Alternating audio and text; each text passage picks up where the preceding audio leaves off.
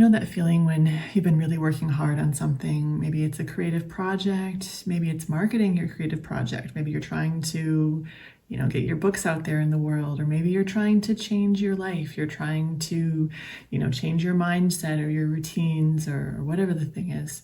And you're working really hard at this, but nothing seems to be changing. It's so easy to assume that that means that nothing's happening, nothing's working behind the scenes. But what if the truth is that change is coming and you just can't see it yet? Welcome, my name is Casey. I write cozy romance, and over here on YouTube I am talking about nervous system regulation as it relates to creativity. And the idea for this video came from kind of a silly place, but if you'll just let me explain it, I think it'll make sense. So as I'm preparing, my husband and I are preparing to move from this seaside town where we're living in Turkey back to the US. And this last summer that we've spent here, we've had a lot of visitors. Now, sometimes those visitors tell us every stage of their journey to get to us. They tell us, okay, we're going to leave at this time tomorrow. And then when tomorrow comes, they say, okay, we're leaving now. And then they call halfway through to say, we're halfway there. We're going to be there at this time. And sometimes they don't. Sometimes they tell us, okay, we're coming on this day, and then they just show up on that day. And there isn't that, regular update, like every very type A thing that, makes sense to me. I'm doing that in the car. I'm texting and saying, okay, we're at this exit. We're here. But not everybody works that way. So because my mind is more inclined to the hourly updates, sometimes when someone is coming who doesn't give those hourly updates, I start to think, well, I guess they're not coming.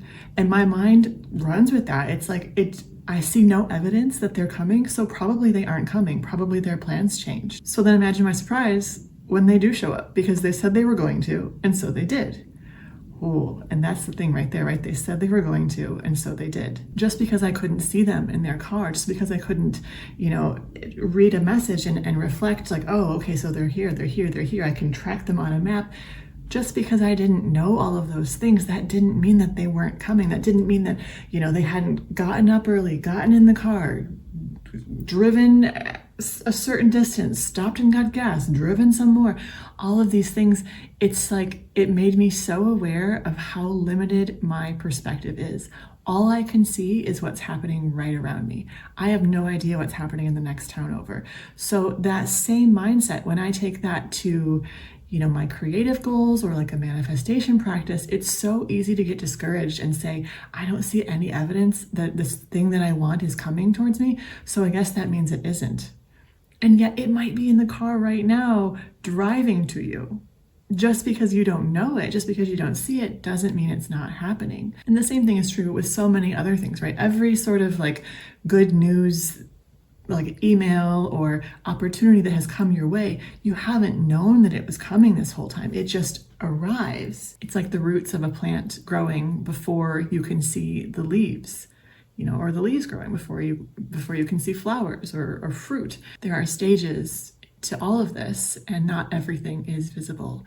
A lot of important things happen in the unseen. Now, where this relates back to the nervous system, which we talk about a lot here, is that our brains crave proof. We want to see evidence, right? As soon as we make any sort of effort, maybe we put a post on social media, and if it doesn't immediately go viral, then we say, okay, there's evidence that it didn't work. That is our nervous system going into protection mode, trying to keep us from getting hurt. Instead, we're flooded with anxiety, discouragement, we're comparing ourselves to other people, all of these things, all of this evidence that we are gathering to show that, see, it didn't work.